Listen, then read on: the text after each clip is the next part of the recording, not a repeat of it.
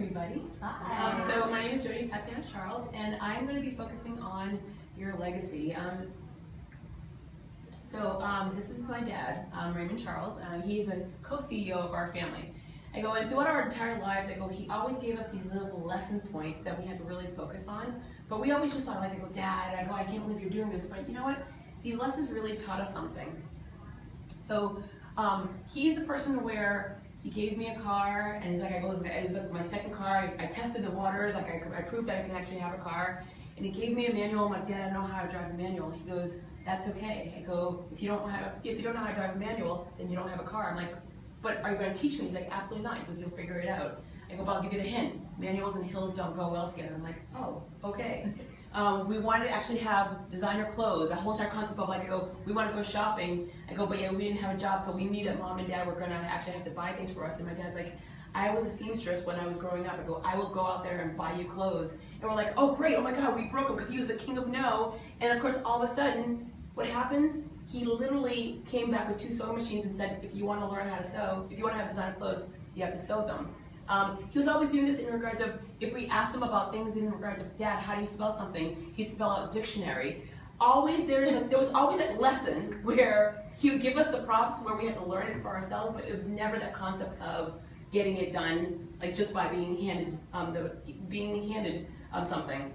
So then he really told us about the fact that I'm doing this because I am designing out a legacy for you. And we're like when we were younger, we're like, what does that even mean? I have no idea what this means. So I investigated a little bit. So legacy, something that's transmitted by or received from an ancestor or predecessor or from the past.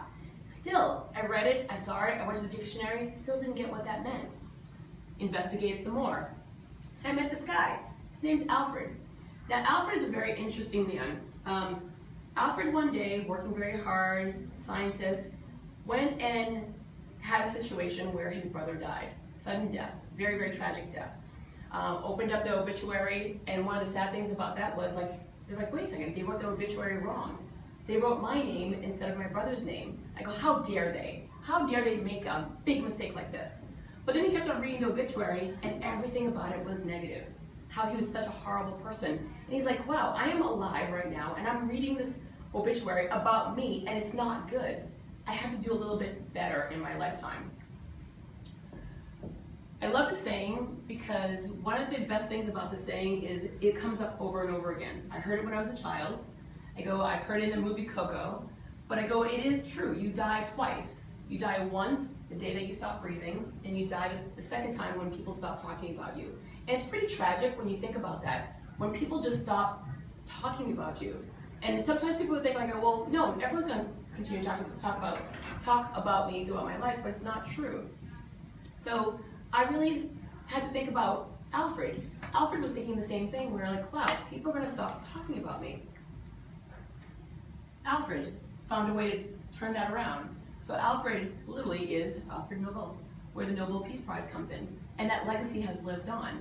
But then I thought about how do other people, not at this stature, think about how do we put out a legacy for ourselves? So I started thinking about, when do you start thinking about this as in big picture? Because people are thinking, people that come up with legacies are big famous individuals. Well, no, they're not. It could be anyone, every day, all around you. So I broke it down. So from 18 to 25, you're just figuring out. You got out of college, you're trying to figure out what you want to do. From 25 to 35, you're like, okay, I think I got it. I think I got it, and I want to just develop it. From 35 to 45, I know what I do, and I want to sit there and really hone in on it, and then we start sharing it. Now, mind you, this is just an overall estimate. A lot of people do it sooner, some people do it later. But this is one of those great moments where hey, I could actually have something to piece it out, where and how I'm going to actually start building out my legacy.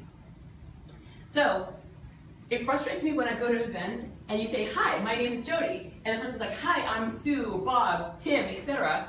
What do you do? Tell me about yourself. And they automatically go to school or they automatically go to their jobs. I'm like, yeah, but tell me about who you are.